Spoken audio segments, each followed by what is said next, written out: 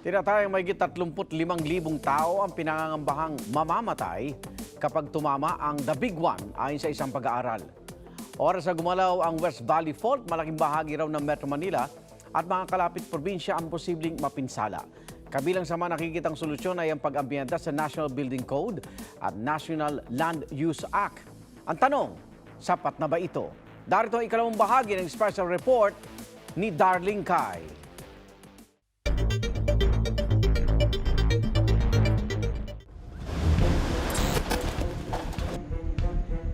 Seryosong banta ang hatid ng tinatawag na The Big One sa Pilipinas.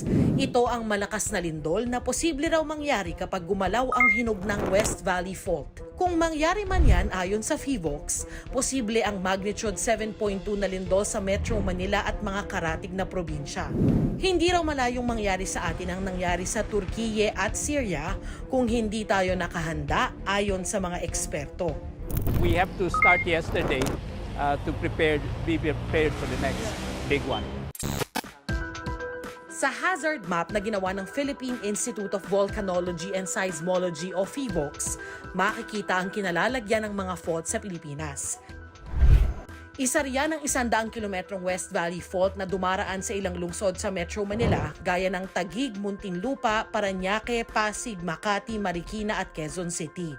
Pati na sa ilang kalapit na probinsya gaya ng Bulacan, Rizal, Cavite at Laguna. Itinuturing na delikadong lugar ang may linyang pula sa mapa. Ang pamilya ni Nida, mahigit 70 taon ang nakatira rito sa Mejia Street, Libis, Quezon City. Dito na siya ipinanganak, lumaki at nagkapamilya. Maliit pa ako, nang naririnig ko na yung mga yung mga sinasabing fault. Pero malaki na ako, naririnig ko pa rin. So hindi ko alam kung how true. Kung hindi naman kami natatakot. Kasi kung talagang time mo na. Wala rin daw ibang mapuntahan ang kapitbahay niyang si Christy na 30 taon nang nakatira rito sa Mejia Street. Wala tayong magagawa kasi talagang dito kami, wala naman tayong lupang lilipatan. Sa pool din ng fault ang bahay ng pamilya ni George sa UBB Pound sa Marikina. Yan yung mga bagay na hindi may iwasan. Ang pinaka-ano mo lang dyan, kung meron kang capacity na mag-transfer sa ibang lugar, meron kang panggastos, lilipat ka. Since wala naman, hindi mo namin kaya. Ang magagawa na lang daw nila, magdoble ingat. Dumaraan ang West Valley Fault sa Marikina City na kilala sa pangangalaga sa kanilang heritage sites. Sa katunayan, ilan sa mga gusali at bahay rito ay mahigit 200 taon na. Gaya na lang ng Shoe Museum, Our Lady of the Abandoned Church, at itong tahanan ni Kapitan Moy na kilala bilang ama ng shoemaking industry sa Marikina. Years ago, nag-retrofitting na kami. Pero ang crucial dun sa mga old buildings is hindi ma-compromise yung aesthetic niya.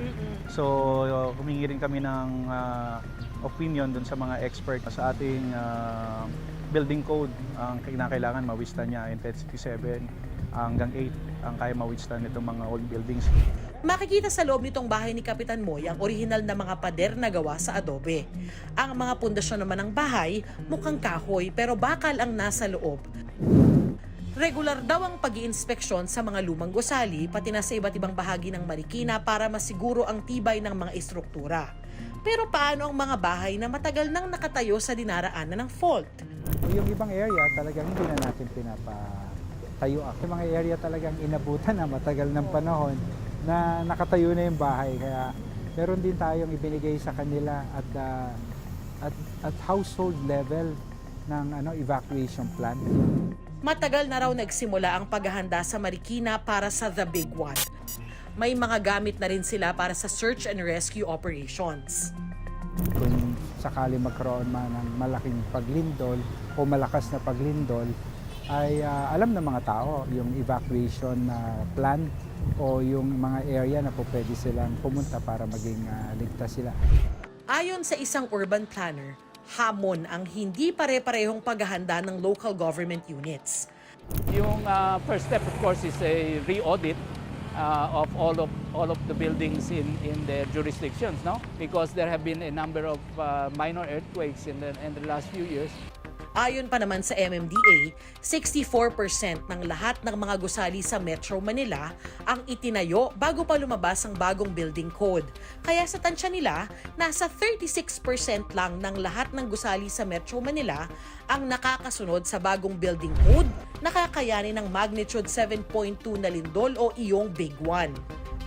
Nasa 35,000 tao ang posibleng mamatay ayon sa Metro Manila Earthquake Impact Reduction Study. Kaya isinusulong ngayon sa Kongreso ang pagrepaso sa National Building Code. We will need a few years para ma-retrofit yung buong metropolis.